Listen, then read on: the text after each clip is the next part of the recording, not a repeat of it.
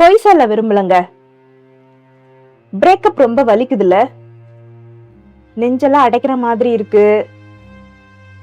நான் என்னதான் தப்பு பண்ணேன்னு சொல்லிட்டு ரொம்ப மன அழுத்தம், ஓவர் திங்கிங். அவங்க நம்மளை விட்டுட்டு போனவங்களோட ப்ரொஃபைல அப்படியே அடிக்கடி செக் பண்ணிக்கிட்டே இருக்கோம். காரணத்தை தெரிஞ்சுக்கணும்னு அப்படியே துடிக்குது மனசு. சாப்பிட முடியல, தூங்க முடியல. நான் சொல்றது கரெக்டா? இதெல்லாம் ரொம்ப சாதாரண விஷயம் வச்சு ஜஸ்ட் மூவ் ஆன் பண்ணிட அப்படின்னு சொல்றது ரொம்ப ஈஸி. ஆனா இத அனுபவிச்சவனுக்கு மட்டும்தான் தெரியும் நரகத்தை விட மோசமான வழி அது. அடுத்த ஒரு 20 நிமிஷம் நான் எந்த ஒரு தத்துவமும் உங்களுக்கு நான் சொல்லி போர் அடிக்க போறது இல்லைங்க.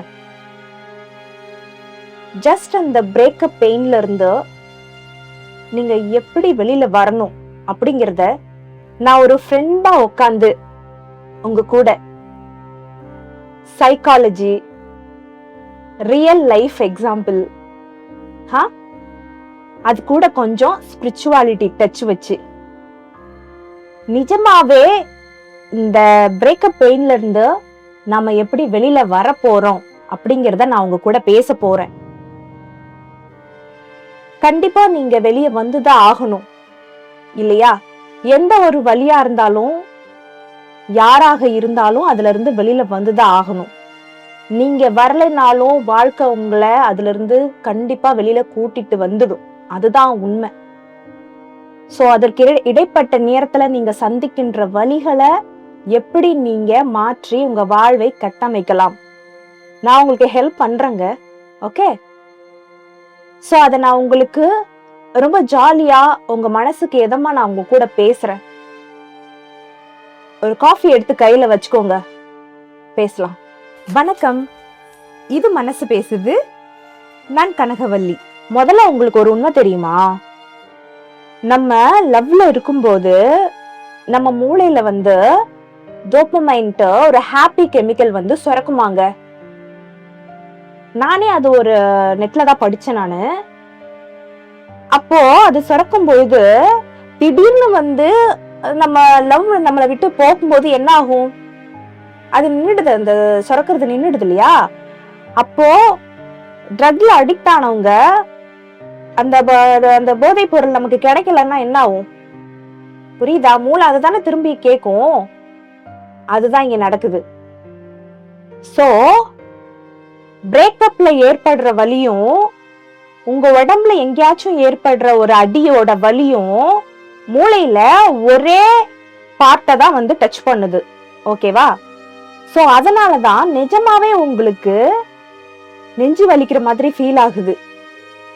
ஓகே, மன அழுத்தம், நெஞ்சு சம்பந்தப்பட்ட மாதிரி ஒரு ஆன்சைட்டி, எல்லாமே அந்த ஓவர் திங்கிங் எல்லாமே மூளைய ஒரு பகுதியை தான் தூண்டுது. இதனாலதான் ஏற்படுது.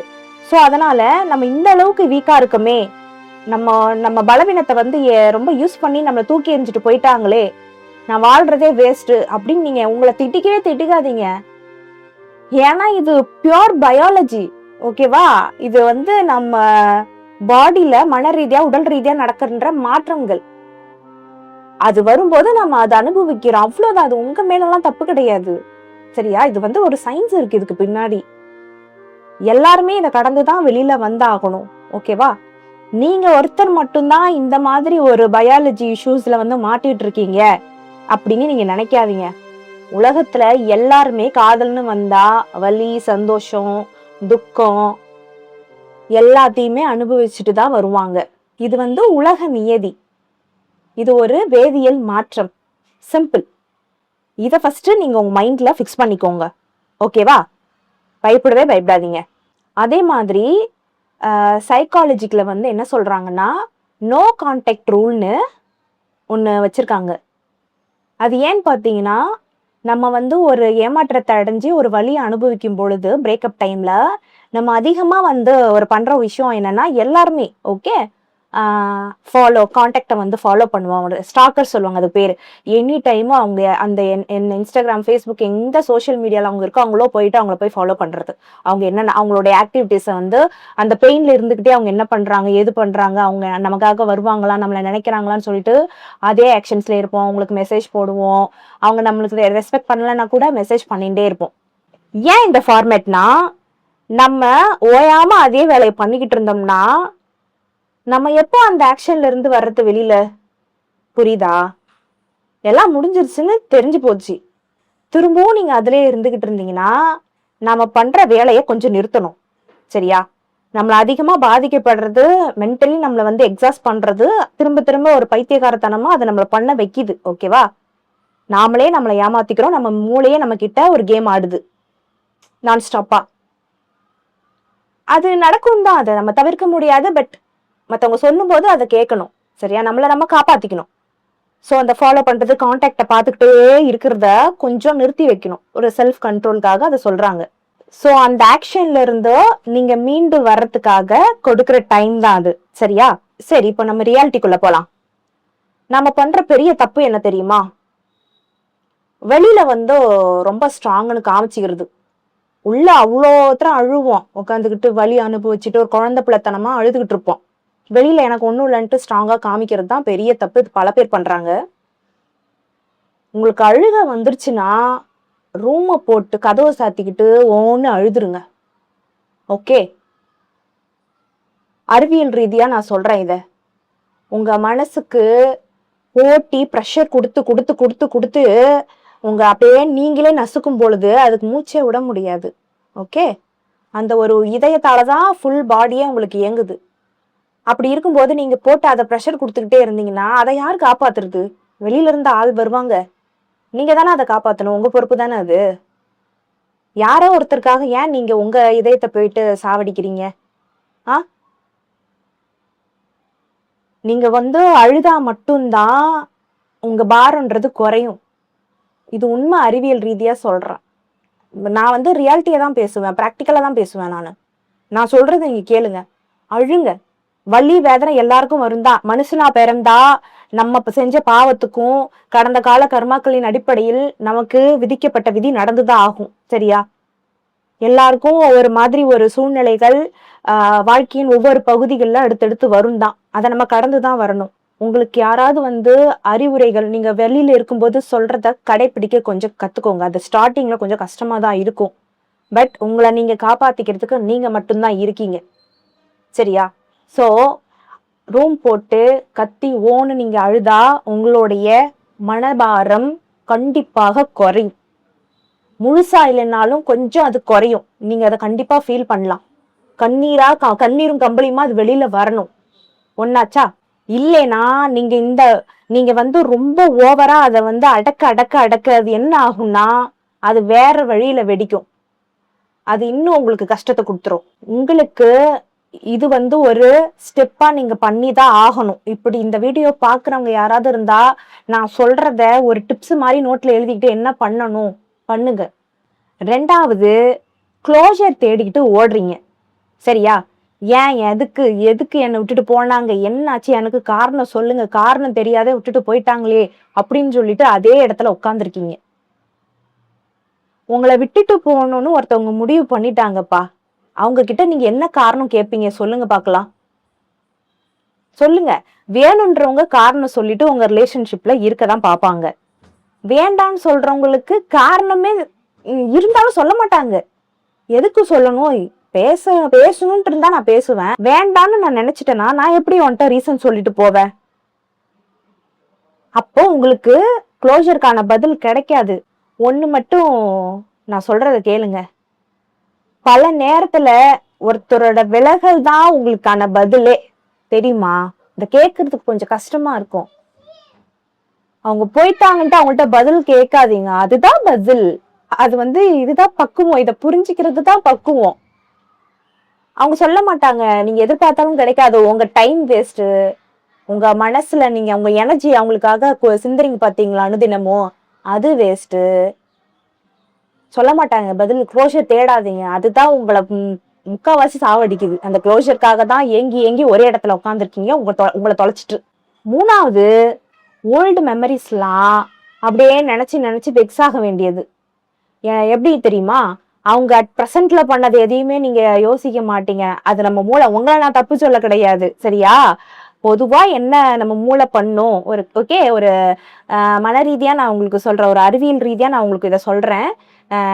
அவங்க எவ்வளோ நல்லவங்க, என் கூட எப்படிலாம் இருந்தாங்க, ஒரு ஒரு மாதிரி ரொமான்டிக்கல், நம்ம எந்த அளவுக்கு என் மேல ஆசையா இருந்தாங்க, பாசமா இருந்தோம், நாங்க இந்த மொமெண்ட்ல எப்படிலாம் நாங்க அனுபவிச்சோம், எந்த மாதிரி நாங்க எங்களோட பாண்டிங் இருந்துச்சுன்னு சொல்லிட்டு அந்த ஓல்டு மெமரிஸ்ல போயிட்டு லூப்ல வந்து சிக்கிக்க வேண்டியது. ஓகே, நான் என்ன சொல்றேன், அவங்க இப்ப ஏன் உன்னை காயப்படுத்தினாங்க, இப்படியெல்லாம் இருந்தாங்கல்ல, இப்ப ஏன் உன்னை காயப்படுத்தினாங்க, ஏன் அவங்களுக்கும் எனக்கும் செட் ஆகல, அவங்க ஏன் என்னை விட்டுட்டு போனாங்க, இதுல தப்பு யார் மேல, அவங்க மேலயா இல்லாட்டி ஏன் மேலையான்ற எமோஷனல் ரியாலிட்டியை யோசிக்க ஆரம்பிங்க. உங்களுக்கு ஆன்சர் கிடைக்கும். உங்களுக்கு ஆன்சர் கிடைக்கும், அந்த உறவு வேணுமா வேணாமான்ட்டு. என்ன விஷயம் எனக்கும் அவங்களுக்கும் செட் ஆகல, அப்போ அவங்களுக்கு என்னோட ஹாப்பியா இருக்க பிடிக்கல போல் இருக்கு, அப்போ ஃபியூச்சர்லயும் அவங்க வந்து என் கூட வந்து இந்த மாதிரி ஒரு சூழ்நிலையில விட்டுட்டு போகலான்ற மாதிரி நீங்க பிராக்டிக்கலா யோசிக்க ஆரம்பிச்சாதான் உங்களுக்கு இதற்கு பதில் கிடைக்கும். அவங்க போனது சரிதான்ற மனசு கொஞ்சம் அக்செப்ட் பண்ண ஆரம்பிக்கும். ரியாலிட்டிக்கு வரணும். ஆன் ஸ்பாட்ல நான் சொல்றதுனால இப்போ ரியாலிட்டி எல்லாம் உங்களால யோசிக்க முடியாது. அது வந்து நம்ம மூளை அப்படி, நம்மளுடைய மைண்ட் செட் அப்படி. கடவுள் என் மூலியமா இந்த வீடியோவை உங்களுக்கு காட்டுறாருன்னா அதுக்கு ஒரு காரணம் இருக்கும், சரிங்களா? அந்த காரணம் எப்பவுமே வந்து ரியாலிட்டியை நீங்க வந்து நோக்கி போகணும். எமோஷனல் லூப்லயே நீங்க சிக்கிக்கிறதுனாலதான் பல பிரச்சனைகள் இருந்து வெளியில வர முடியாத, யாருக்கிட்டையும் மனசு விட்டு பேச முடியாத, நம்மள தப்பா நினைச்சிருவாங்களோ, நான் என்ன மென்டல் நினைச்சிருவாங்களோ, என்னுடைய தகுதி தராதரத்தை கீழே இறக்கி பார்த்துருவாங்களோ, நான் ஒருத்தவங்களுக்காக இப்படி பித்து பிடிச்சு சுத்துறேன்னு சொல்லிட்டு நீங்க உங்களுக்குள்ளேயே செல்ஃப் பிளேம் பண்ணிக்கிட்டு உங்க செல்ஃபை நீங்களே குறைச்சிக்கிறீங்க மற்றவங்களுக்காக. எல்லாருக்குமே இப்படி ஒரு விஷயம் நடந்துதான் வெளியில வர்றாங்க, சரிங்களா? காதல் அப்படின்ற ஒரு விஷயத்தினாலதான் இந்த உலகமே இயங்குது இல்லையா? சோ எல்லாருக்குமே அது நடக்கும். அதனால கவலைப்படாதீங்க. ப்ரெசன்ட்ல இருக்கிற ரியாலிட்டி என்ன, ஏன் நடந்துச்சு அப்படின்ற ஒரு மெச்சூரிட்டி லெவல்ல நீங்க எதையுமே பார்க்க ஆரம்பிக்கும் போது உங்களுக்கு அந்த வழியில இருந்து முக்காவாசி விடுதலை கிடைக்கும். சரி, இப்ப நம்ம ஆன்மீகமா இத பார்க்கலாமா? ஃபர்ஸ்ட் ஒரு விஷயம் நல்லா தெரிஞ்சுக்கோங்க ஃப்ரெண்ட்ஸ். நம்மளுடைய வாழ்க்கையில மாற்றம் ஒன்றே மாறாதது, சரியா? இது வந்து என்னடா இவங்க ஈஸியா இப்படி சொல்லிட்டாங்கன்னு பார்க்காதீங்க, உண்மை அதுதான். நம்ம இப்படிலாம் ஒரு வழியில இருக்கும்போது நம்ம போறது கோவிலுக்கு தான். ஏன்னா அங்கதான் மன நிம்மதி கிடைக்கும், சரியா? ஏன் ஏன் அங்க மன நிம்மதி கிடைக்குது? அங்க வந்து சாமி ஒண்ணு எந்த கேள்வியும் கேட்காது, இல்லையா? கேட்காது. நீ அங்க என்னத்தை வேணாலும் போய் கொட்டலாம் மனசுல இருக்கிறத, அவரு உன்னை ஜட்ஜ் பண்ண மாட்டாரு, கரெக்டா? கோவிலின் சுற்றுச்சூழல், அங்க இருக்கிற கோவிலோட வைப்பு, வாசனை, இதெல்லாம் உன்னை கூல் டவுன் பண்ணும். கொஞ்சமாவது அந்த தருணத்துல உங்களை கூல் டவுன் பண்ணும், சரியா? ஆனா அங்கதான் உனக்கு ரியாலிட்டி கிடைக்கணும்னு நீ நம்புற, இல்லையா? அங்கதான் உனக்கு வழி இருக்கு, சாமி கிட்ட போய் சரணாகதி அடையும்னு உன் மனசு நம்புது ஆட்டோமேட்டிக்கா. அதே மாதிரிதான் சொல்றேன், வாழ்க்கையில சாமியை தவிர எல்லாருமே உன் கூட வரவங்க எல்லாருமே ஒரு பயணம். உன்னுடைய வாழ்க்கையின் ஆரம்பம் முதல் இறுதி வரை எல்லாருமே உன் கூட பயணம் பண்ண வராங்க, ஓகேவா? ஏதோ ஒரு டெஸ்டினி வச்சுக்கோங்க. போறீங்க, ஒரு ட்ரெயின்ல போறீங்க, உன் கூட ஜாலியா டிராவல் பண்ண வராங்க. சில பேர் பாதியிலே இறங்கிடுவாங்க, சரியா?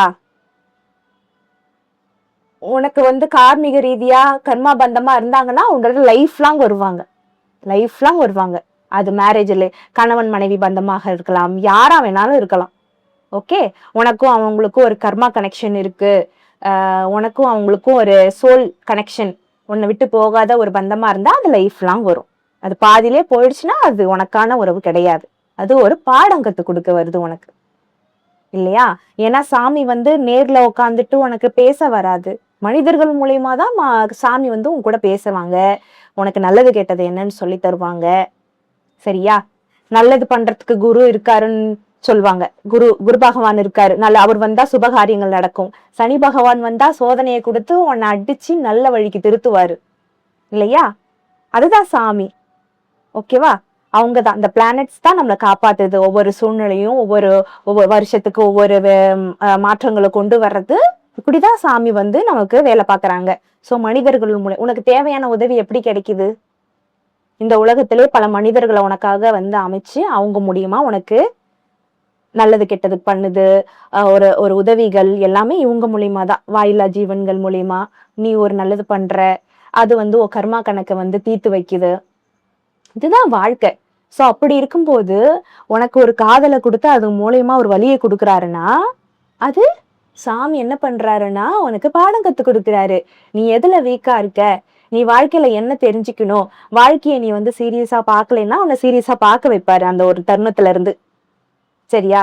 இப்போ ஒருத்தவனுக்கு காதலை கொடுத்து அதுல வலியை கொடுக்குறாருன்னா அந்த காதலை நீ ஏதோ கத்துக்க போற. உணர்வு ரீதியா நீ எதையா கத்திருப்ப. பாசம்னா என்ன, அன்புன்னா என்ன, பொறுப்புன்னா என்ன, வாழ்க்கையோட பொறுப்பு தெரியாதவங்களுக்கு எல்லாம் இது அதிகமா நடக்கும். ஈஸியா தட்டி கழிச்சுட்டு போறவங்களுக்கு எல்லாம் இப்படி ஒரு பெயின் டிராப் வச்சுதான் மடக்குவாரு சாமி. சரிங்களா? இத வந்து இப்போ சாமி பக்தி சாமின்னு இல்லைன்னு நினைக்கிறவங்க இந்த வீடியோ பாக்குறவங்களா இருந்தீங்களா, உங்க ஸ்டைல நான் சொல்றேன். பிரபஞ்சம், ஓகே, இந்த யூனிவர்ஸ் வந்து உங்களுக்கு இப்படி ஒரு கர்மா லெசன் கத்து கொடுக்க உங்களுக்கு ஒரு பார்ட்னர் மாதிரி கர்மா கணக்க தீர்க்க ஒரு லெசன் கொடுப்பாங்க. That's all. அவ்வளவுதான். இதெல்லாம் வந்து பிரேக்கப் பெயின்னு இதுக்கு ஒரு பேர் வச்சுட்டாங்க. அந்த வலியை வந்து உங்களால தாங்கிக்க முடியல. சோ அப்படி ஒரு வலி வந்துச்சுன்னா அந்த வலியில இருந்து நீங்க அடுத்த அத்தியாயத்திற்கு புது வருஷனா மாற போறீங்கன்னு அர்த்தம். புரியுதா? புது வருஷனா மாற போறீங்க. வலிய அனுபவிச்சாதான் அவனுக்குதான் தெரியும் வாழ்க்கையோட அருமை என்னன்ட்டு. அடுத்தது யார நம்பணும் நம்ப கூடாதுன்னு அதுல இருந்துதான் அவங்க கத்துப்பாங்க. அதனால பயப்படாதீங்க. மத்தவங்களுக்காக உங்க உணர்வை நீங்களே தியாகம் பண்ணாதீங்க, அசிங்கப்படுத்திக்காதீங்க, கொச்சப்படுத்திக்காதீங்க. உங்க உணர்வு, நீங்க கொடுத்த காதல் வேல்யூ ரொம்ப வேல்யூவானது. சரியா? அதுக்கு அவங்க தகுதி கிடையாது. ஓகே, அவங்க தகுதி கிடையாது. அவ்வளவுதான். உங்களை நீங்க ஒரு கெத்தா வந்து உங்க வந்து சோலை வந்து ப்ரைட் பண்ணிக்கோங்க. என்னுடைய காதலுக்கு அவங்க தகுதி இல்லை. அவங்க என் வாழ்க்கைக்கு வந்த வேலை முடிஞ்சு, அந்த கர்மா கடன், அந்த கர்மத்தை தீக்கிறதுக்காக வந்தாங்க, போயிட்டாங்க. சரியா? அப்போ உன் காதலுக்கான தகுதி உள்ளவர்கள் கண்டிப்பாக உன் வாழ்க்கையில் வருவார்கள். உன்னுடைய வாழ்க்கைக்கு தகுதியானவர்கள் வரும் வரை நீ காத்திருக்க கூடாது. அடுத்து போயிட்டே இருக்கணும். உங்களை வாழ்க்கை கூட்டிட்டு போகும். அதே இடத்துல ஸ்டக் ஆகாதீங்க. சரியா? அந்த ஒரு மன அழுத்தம் வந்துச்சுன்னா அது 6 மாசம் தான் உங்க உடம்புல ஸ்டே ஆகும். அந்த 6 மாசத்துக்குள்ள நீங்க உங்களை வருத்திக்க வேண்டான்னு தான் நான் இப்ப இந்த பதிவுல உங்களுக்கு இவ்வளவு விஷயங்கள் நான் சொல்றேன். சரியா? வாழ்க்கையில எதுவுமே நிரந்தரம் கிடையாது. யாருமே நிரந்தரம் இல்லை. எதுக்காக நீங்க அவங்களுக்காக அதே இடத்துல நிக்கணும்? அந்த காதல்ல நீ எந்த அளவுக்கு விசுவாசமா இருந்த, உண்மையா இருந்தன்னு உனக்கு தெரியும். சரியா? மத்தவங்களுக்கு அது தெரியலன்னு தானே போயிட்டாங்க. அப்ப தப்பு யார் மேல? அவங்க மேலதான். சோ தண்டனையை நீ அனுபவிக்க கூடாது. உங்களுக்கு அவங்க தவறு இழைத்திருந்தால் காலமே அந்த கர்மாவே அவங்களுக்கு ரிட்டர்ன்ல வந்து வேற ரூபத்துல வந்து அவங்களுக்கு சேரும். இந்த அளவுக்கு இந்த ரியாலிட்டியவும் இந்த ஆன்மீக ரீதியா நீங்க யோசித்து பார்க்கும்போது கண்டிப்பா சொல்றேன், நீங்க இந்த வழியில இருந்து வெளியில வந்துருவீங்க. I promise. ஓகேவா? யாருக்காகவும் உங்களுடைய அடையாளத்தை நீங்க அழிச்சுக்காதீங்க. நீங்க ரொம்ப ப்ரீஷியஸ். ஓகேவா? இன்னைக்கு இந்த பிரேக்கப் வந்து உங்களுக்கு ஒரு பெரிய வாழ்க்கையில ஒரு பேரழிவா உங்களுக்கு தோணலாம். ஏதோ என்னுடைய ஐடென்டிட்டியே செத்து போச்சு, நான் வந்து வேஸ்ட், என் உலகமே செத்து, நான் உலகம்னு இருந்தவங்களே இல்ல, நான் வாழறதே வேஸ்ட்ன்ற மாதிரி ஒரு மாதிரி அது மனசு வந்து ஒரு மாயை தானே, அது உங்களை அப்படி நினைக்க வச்சிருக்கலாம். பட் சீரியஸா ப்ராமிஸா சொல்றேன், ஒரு நாள் நீங்க திரும்பி பார்க்கும்போது நினைச்சு பார்ப்பீங்க, ஐயோ இப்படி ஒரு விஷயம் இந்த ஆள் வந்து என் லைஃப்ல வரலைன்னா நான் இந்த அளவுக்கு பெட்டரா நான் ஆயிருக்க மாட்டேன்னு கண்டிப்பா நீங்க நினைப்பீங்க. சரி, இப்போ இதுல இருந்து வெளியில வர்றதுக்கு நான் உங்களுக்கு சின்ன சின்ன ஸ்டெப்ஸ் எல்லாம் சொல்றேன். கண்டிப்பா இது ஒர்க் அவுட் ஆகும். சரிங்களா? நான் சொல்றதுல யாராருக்கு எது இது வந்து ஓகேன்னு தோணுதோ அவங்கவுங்க அந்த இதை ஃபாலோ பண்ணுங்க.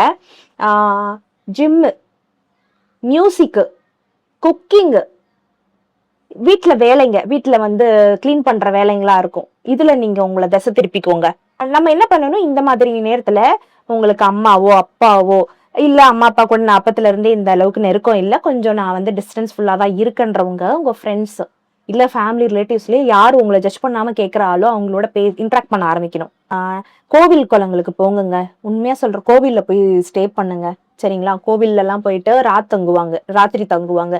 மன அழுத்தத்துல இருந்து கொஞ்சம் வெளியில வர்றதுக்கு. இது ஏன் நான் சொல்றேன்னா, அங்க அந்த கோயிலோட வைப் இருக்குல்ல, அந்த அந்த பாசிட்டிவ் எனர்ஜியும் உங்களை நெகட்டிவ் எனர்ஜில இருந்து கொஞ்சம் கம்மி பண்ணும். அதே மாதிரி வாக்கிங் போங்க. இந்த மாதிரி ரொம்ப டிப்ரெஷன், லவ் ஃபெயிலியர், லவ் பெயின்னு சொல்றீங்கல்ல, அவங்களாம் என்ன பண்ணா வாக்கிங் போங்க. உண்மையா அது ஒர்க் அவுட் ஆகுது. அது வந்து சயின்டிபிக்கா உங்க மனசை வந்து மாத்தும். அது ஓவரா திங்கிங்ல இருப்பீங்கல்ல, அது வந்து குறைக்கும். அது உண்மைதான், அது குறைக்கும். நல்ல தண்ணியை குடிங்க. நல்ல தண்ணியை குடிச்சிட்டு வாக்கிங் போங்க. மாதிரி இயற்கையான ஒரு பிளேஸ்க்கு போங்க. அங்க போய் உங்க மைண்ட் டைவர்ட் பண்ணுங்க. செல்ல பிராணிகள்கிட்ட இருக்கிற ஒரு எனர்ஜி வேற யாருக்கிட்டையும் கிடைக்க மாட்டேங்குது என்னை பொறுத்த வரைக்கும். அவங்களோட டைம் ஸ்பெண்ட் பண்ணுங்க. அப்புறம் அம்மா அப்பா கூட ரொம்ப க்ளோஸ் ஆகுங்க. இல்ல அம்மா அப்பா ரொம்ப டாக்ஸிக் அப்படின்னு சொல்றவங்க உங்க ஃப்ரெண்ட்ஸ் கூட வந்து க்ளோஸ்ட் ஆகுங்க. மனசு விட்டு உங்களை ஜட்ஜ் பண்ணாதவங்க கூட இருங்க. ஸோ இதெல்லாம் வந்து மிகப்பெரிய மாற்றங்களை உங்களுக்கு தரும். நாம நம்மள இதெல்லாம் வந்து திடீர்னு லவ்ல இருந்துட்டு திடீர்னு நான் இப்படி போயிட்டேன்னா எல்லாரும் என்னை பத்தி என்ன நினைப்பாங்க அப்படின்லாம் இல்ல. யாருக்காகவும் நீங்க வாழல, உங்களுக்காக ஃபர்ஸ்ட் வாழுங்க. உங்களை நீங்க நினைங்க. யாருக்காகவும் ஷேம் ஆக வேண்டாம். சரியா? இங்க இந்த உலகத்துல இந்த வானத்துக்கு கீழே பூமியில இருக்கிற எல்லாருமே சமம் தான்.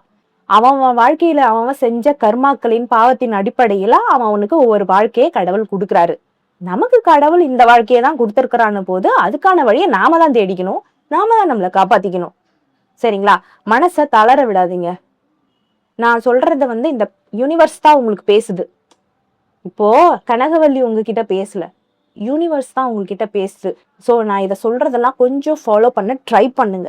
நீங்க வீட்டுல மன அமைதி இழந்து இருந்தீங்கன்னா பாதிக்கப்படுறது உங்களை சார்ந்தவங்களும் தான். உங்களை பெத்தவங்க, உங்க உடன் பிறந்தவங்க இல்லையா? அவங்க எவ்வளவு பாதிக்கப்படுவாங்க, இதெல்லாம் நம்ம யோசிக்கணும் இல்லையா? ஸோ இதுல இருந்து நீங்க தான் உங்களை காப்பாத்திக்கணும். அதுக்கான வழிமுறைகளை நான் உங்களுக்கு சொல்றேன். ஒரு ஃப்ரெண்ட்லியா நான் சொல்றேன். சில விஷயங்கள் வந்து சில பேர்கிட்ட சொன்னா கண்டிப்பா தப்பா எடுத்துப்பாங்க அப்படின்னு நீங்க நினைப்பீங்கல்ல, அதை நான் என்ன பண்ணுவேன்னா டைரி எடுத்து எழுதுவேன். இது நான் பண்ணேன். டைரி எடுத்து நல்லா மனசுல இருக்கிறது எல்லாத்தையும் கொட்டிட்டு அப்படியே என்ன பண்ண ஒரு பத்திப்பட்டி எடுத்து அதை நல்லா ஒரு பேப்பர்ல போட்டு கொளுத்துனேன். அப்படியே பாக்குறேன் அது எரியுது. அப்படியே அந்த யூனிவர்ஸோட நான் பேசினேன். யூனிவர்ஸ் கிட்ட இதெல்லாம் இதோட இந்த தீயோட போய் எரியட்டும். இதோட என்னுடைய வாழ்க்கையில இது வந்து என்னை எந்த ஒரு மைண்ட் டார்ச்சரும் பண்ணக்கூடாது.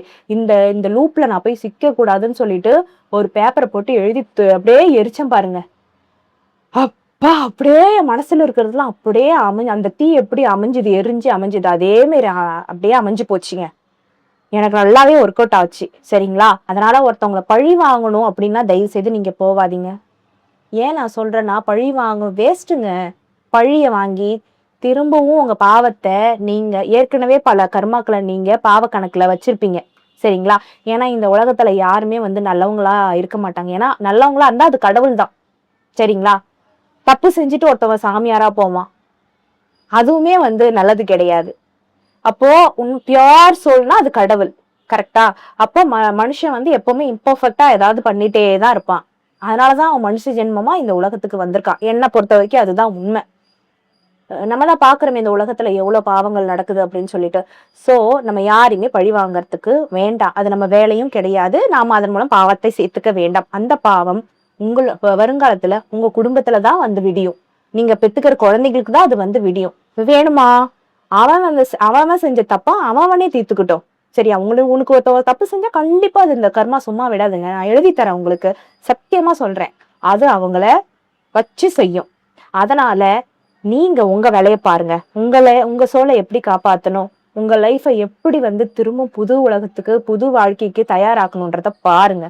வாழ்க்கையில வந்து எல்லாமே பெர்ஃபெக்டாவே நடந்துருச்சுன்னா அது வாழ்க்கையே இல்லை, சுவாரஸ்யமே இருக்காது. சரியா? இதெல்லாம் நடந்தாதான் வாழ்க்கையே. ஹீரோ வில்லன் இருந்தாதான் படம். ஹீரோ மட்டுமே லவ் பண்ணிக்கிட்டு டான்ஸ் ஆடிக்கிட்டு இருந்தேன்னா யாரும் பார்க்க மாட்டாங்க, ஓடாது அந்த படம். இதெல்லாம் இருக்கணும். அதனால லைஃப்ல இதெல்லாம் அப்படியே சேலஞ்சிவா எடுத்துக்கணும் நீங்க. சோ பிரேக்கப்ன்றது உங்க வாழ்க்கையோட எண்டு கார்டு இல்ல மச்சி. அது உங்க கெரியர், உங்க ஹெல்த், உங்க வாழ்க்கையோட புது வெர்ஷனுக்காக ஒரு இன்டர்வல் பிளாக். அவ்வளவுதான். உங்களுடைய கமெண்ட்ஸ், கருத்துக்கள் என்னன்னு சொல்லிட்டு எனக்கு கமெண்ட்ல பண்ணுங்க, நான் கண்டிப்பா படிப்பேன். இந்த மாதிரி உண்மைகள் பேசுகிற வீடியோக்கள் உங்களுக்கு பிடிச்சிருந்தா மறக்காம சப்ஸ்கிரைப் பண்ணுங்க. சத்தம் இல்லாம ஆனா ஆழமா மனசு பேசும். மீண்டும் இது போன்று ஒரு உண்மை வீடியோக்களுடன் உங்களை சந்திக்கிறேன். நன்றி.